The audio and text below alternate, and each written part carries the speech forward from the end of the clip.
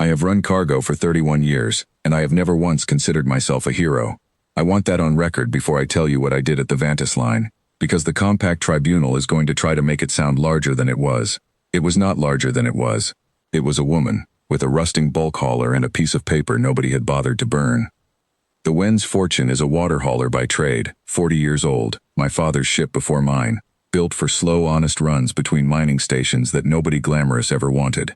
I inherited her, and I inherited his logbooks, and I inherited a registration he'd filed decades before the Threshold Compact ever drew a line on a star chart. I did not know that last part mattered, until the Corvi convoy stalled at the Vantis line and started dying by the week.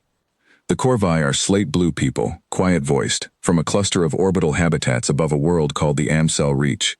Their reef scaffolds had been failing for a decade, brittle mineral shells eaten through by a blight nobody could stop, and when the last ring finally cracked open to vacuum, 40,000 of them scattered into whatever transport still had thrust. About 12,000 ended up strung along one transit corridor, in ships never meant for long habitation, heading toward compact space because it was the nearest place with air to spare. The compact stopped them at the Vantis line, not with warships, with a clause. Somewhere in the compact's founding charter was a biosecurity provision, written for cargo, never meant for people, that let any member system quarantine an unverified origin population pending inspection. No inspection ship had been scheduled. None would be, not for months. The compact's own inspectors were backed up clearing legitimate freight, and a stranded refugee convoy generated no tariff, so it generated no urgency. Every registered relief agency I hailed told me the same thing. We cannot cross the line without compact clearance, and compact clearance requires the inspection, and the inspection has no date.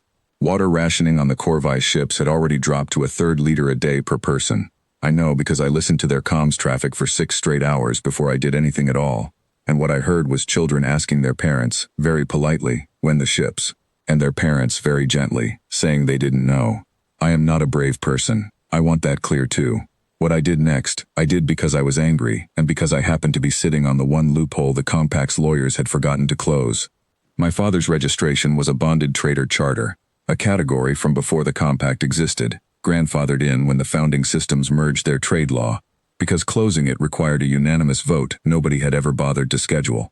A bonded trader could cross any quarantine line carrying declared commercial goods, no inspection required, so long as the manifest was accurate and the tariff was paid.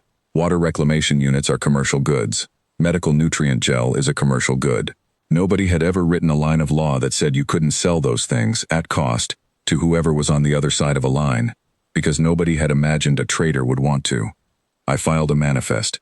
40 water reclamation units, 6 pallets of nutrient gel, bound for private purchase by a Corvi trade envoy on the convoy's lead ship. Every word of it true. I paid the tariff out of my own account, because there was no one on the other side who had money that meant anything to me. Then I pointed the Wen's Fortune at the Vantis line and held my breath through the entire crossing, certain someone would find the sentence in the charter I'd missed. No one stopped me. The line's automated customs relay logged the manifest, verified the bond, and opened the gate the way it had opened for 1,000 years of honest freight haulers before me. I crossed into quarantine space in a ship with no weapons and no authorization beyond a registration older than the wall that was supposed to hold me back. I remember that crossing better than I remember most of my life. The Vantis line isn't a wall you can see. It's a boundary the sensors draw, marked only by relay buoys blinking amber against the black, and I sat with my hands too tight on the console, waiting for a challenge hail that never came. No klaxon, no pursuit, just the gate icon on my nav display turning from red to green, quiet as a door unlatching, and a long silence afterward, where I kept expecting someone to notice and nobody did. I have flown through worse weather hauling bolts. I have never been more afraid. On the other side, the convoy looked smaller than the sensor returns suggested, a loose scatter of habitat barges and stripped transports, running dark to save power, huddled the way people huddle when there is nothing left to do but wait near each other. My proximity lights swept across hull plating scorched by a decade of failed repairs, and somewhere in that scatter, 12,000 people rationed water in the dark and called it patience. The Corvi envoy who met me at the airlock was named Sail Threnna, a reef elder with hands that shook slightly from dehydration, and when she understood what I'd actually brought, not just the units on the manifest, but 3 days' worth of water I'd drained from my own tanks and logged as reclamation testing loss, she didn't weep, and she didn't thank me with speeches.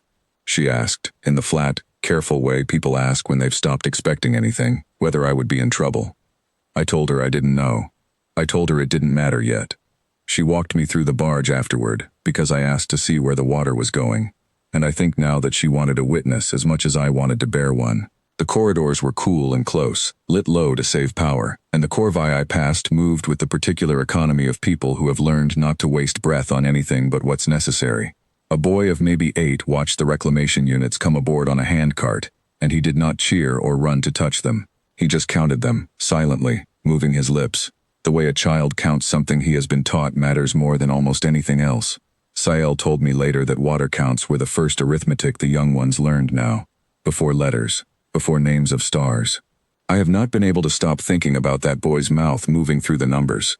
It took 11 days for word to spread through the independent trader circuit. The kind of ships nobody writes songs about. The ones that haul grain and bolts and second-hand engine parts between systems, too small for the big lines to bother with. 11 days before 3 more bonded trader charters, dug out of family archives and dusty filing cabinets, started crossing the Vantis line with declared cargo that was, in every technical sense, exactly what it claimed to be. Within 3 weeks there were 9 of us running the line in relay, each manifest honest, each tariff paid, each hold full of water units and gel and, eventually, portable air scrubbers listed under atmospheric processing equipment, commercial. None of us were armed. None of us were fast. We were just the only ones the law had forgotten to stop. The compact noticed, of course. It took them 5 weeks to convene the vote to close the charter, and by the standards of anything I have ever seen a government do, 5 weeks was fast. I choose to believe that somewhere in that bureaucracy were people quietly slowing the paperwork down on purpose, giving us the runway. By the time the vote passed and the bonded trader exemption was struck from the charter for good, the corvée convoy had moved, every last one of the 12,000, through the gap we'd worn into the law, ship by honest ship, over 5 weeks of unglamorous freight runs, had crossed into a settlement compact in a neighboring system that actually wanted them.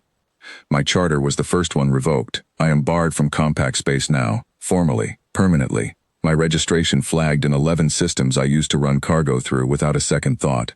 The Wen's fortune will never dock at a compact station again. I have had to rebuild my entire trade route from nothing, at 51 years old, starting over the way my father did when he was young enough that it didn't hurt his knees to climb the loading ramp twice a day. I do not regret it. I want that on the record too. Sael Threna sent me one message, 3 months after the last transport cleared the line, from wherever the corvée had finally been given ground to stand on. She didn't call me a hero. She said the corvée had an old phrase, from before the reefs failed, for a door that opens where the wall says there shouldn't be one. She didn't translate it. She said some things don't survive translation, and this was one of them, and that she'd rather I just knew it existed than have it explained badly. I keep the message in the Wen's Fortunes log, right next to my father's last entries, the two of them sitting there together like they were always meant to end up in the same file. I still haul water for a living. I still don't think of myself as anything but a woman who read the fine print more carefully than the people who wrote it. But I know now that sometimes the whole difference between a wall and a door is which side of the law somebody was still standing on when they decided to look.